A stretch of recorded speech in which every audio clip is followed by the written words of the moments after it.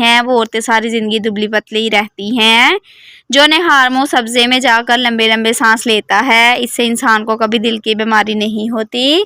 اگر کسی کو ہیضہ ہو جاتا ہے تو لیموں اور پیاز کا رس ملا کر پئیں، فاقہ ہو جائے گا۔ ناظرین، پودینے کا رس پینے سے ہیضہ ختم ہو جاتا ہے۔ اگر معدے کو ہمیشہ کے لیے تندرست رکھنا ہے تو کھانے کے بعد تھوڑا سا گڑ کھاؤ۔ اخروٹ کھانے سے جسم کی چربی پگھلتی ہے اور موٹاپا دور ہو جاتا ہے۔ سانس پھولنے کی بیماری ہے تو شربت سندل پانی کے ساتھ پیتے رہیں، یہ بیماری ختم ہو جائے گی۔ بدنما داغ دھبے دور کرنے کے لیے کیلے کے چھلکے کو پیس کر اس میں ٹماٹر کا رس مکس کر کے لگائیں، داغ دھبے صاف ہو جائیں گے۔ ناظرین، کلونجی کھانے سے آنکھوں کی نظر تیز ہو جاتی ہے۔ عام طور پر سورج کی گرمی یا دھوپ میں براہ راست باہر نکلنے سے یا زیادہ دیر تک باہر رہنے سے جلد سیاہ ہو جاتی ہے۔ جو براہ راست دھوپ کا سامنا کرتے ہیں ایسے حالات میں مہنگی کریموں کے استعمال کی بجائے لوکی کے چھلکوں کو پیس کر اس کا پیسٹ بنا لیں اور اس کے بعد اس پیسٹ کو چہرے پر لیپ کریں اور 15 منٹ تک لگا رہنے دیں۔ اس کے بعد سادہ پانی سے اس کو دھو لیں۔ یہ پیسٹ 1 ہفتے تک فریج میں محفوظ کر کے رکھا جا سکتا ہے۔ ایسے افراد جن کو بلڈ پریشر کا مسئلہ ہے وہ ناشتے میں کدو کا استعمال کیا کریں۔ ناظرین، عورت اگر اپنے جسم خوبصورت بنانا چاہتی ہے تو آڑو کا جوس پیا کرے۔ 1 انار روزانہ کھانے سے بندے کے معدے کی صفائی ہو جاتی ہے۔ موزوں پر اگر جوتوں کی پالش لگ جائے تو ہاکا کے پتے لگانے سے داغ صاف ہو جاتے ہیں۔ کچے بیر کھانے سے بواسیر ہو سکتی ہے۔ ناظرین، چہرے پر کیل وہاں ہو تو دہی کے اوپر والا بلائی کو اتار کر مہاسوں پر لگائیں، آہستہ آہستہ ختم ہو جائیں گے۔ اگر کسی کا ناخن پک جائے یا انگلی پک جائے تو ایک پودا ہوتا ہے جس کا نام ایک ہے، جس کے اندر سے دودھ نکلتا ہے۔ روئی کے ساتھ دودھ نما پکے ہوئے ناخن یا انگلی پر لگائیں، انشاءاللہ ٹھیک ہو جائے گا۔ 50 سال والی عورت گوبھی کے پتوں کے پانی سے منہ دھو لے، چہرہ 20 سال جیسا نظر آنے لگے گا۔ ناظرین، لیموں کا اچار خراب ہونے لگے تو اس میں چینی ڈال دو اور اگر آم کا اچار خراب ہونے لگے تو اس میں نمک ڈال دیں، اس عمل سے اچار خراب نہیں ہوگا۔ ناظرین، روغن بادام میں سفید انڈا ہم وزن لے کر اچھی طرح مکس کریں اور کان میں چند قطرے ڈال دیں، کان کا درد بالکل غائب ہو جائے گا۔ مرغی کے گوشت کے ساتھ مولی کھانا صحت کے لیے نقصان دہ ہوتا ہے، لہٰذا مرغی کا گوشت کھاتے ہو تو مولی کے استعمال سے گریز کریں۔ یورک ایسڈ سے نجات حاصل کرنے کے لیے مزیدار چٹنی کا نسخہ نیاز پو کے پتوں کی چٹنی بنا لیں، جسے پودینے کے پتوں کی چٹنی بناتے ہیں۔